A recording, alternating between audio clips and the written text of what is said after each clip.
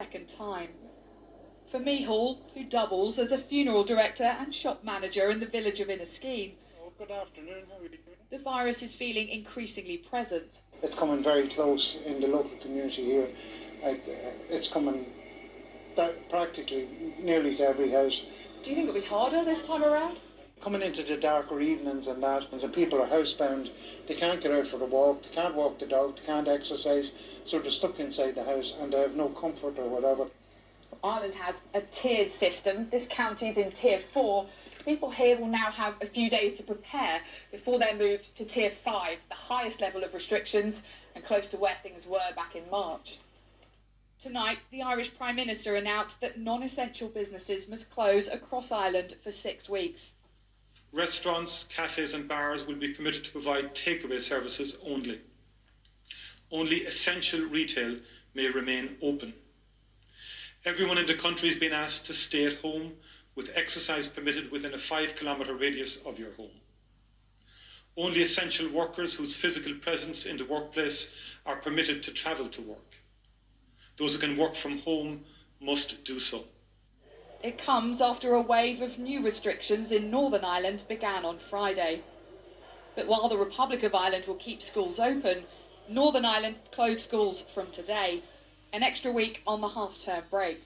Certainly, if this break was to continue beyond 2 weeks, I think the pressures that would be brought to bear would be enormous to try to see, can we really have to make a change for this year, because it's just, it's proving to be impossible to provide those children with the level of education that they would require.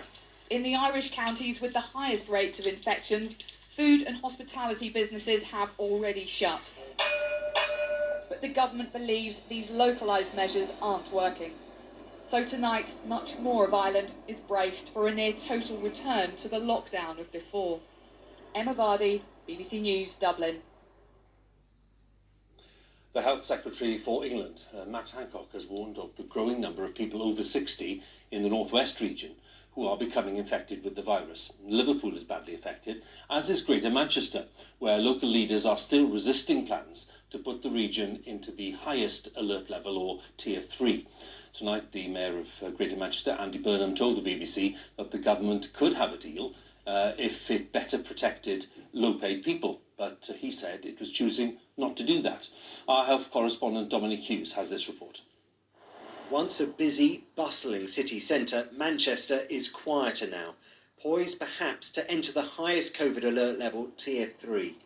Days of talks between government and local leaders have failed to resolve how and when that's to happen, while ministers warn that older people are now increasingly at risk from the virus. I'm very worried that the cases per 100,000 among the over 60s is 401 in the Liverpool City region, 241 in Lancashire, and in Greater Manchester has risen from over the past week from 171 to 283. Senior local health leaders acknowledge the gravity of the situation, but say it's not out of control. We're not overwhelmed. I think I want people to realise that it is a serious position that we're in. We have seen a steady rise in our admissions, both into hospital and into intensive care, but we have very detailed escalation plans in place. In Stockport, one of 10 Greater Manchester boroughs, life carries on under Tier 2 restrictions, at least for the moment, but some believe change is needed. I would like to see those restrictions coming into force and not just being in place, but being enforced, to really try and get to grips with the pandemic and actually trying to get things back under control. But there's frustration too with the political deadlock. I wish all people in charge would start pulling in one direction. Julia wants the government to spend what's necessary. We can't let people starve. We can't let people not be able to pay their bills.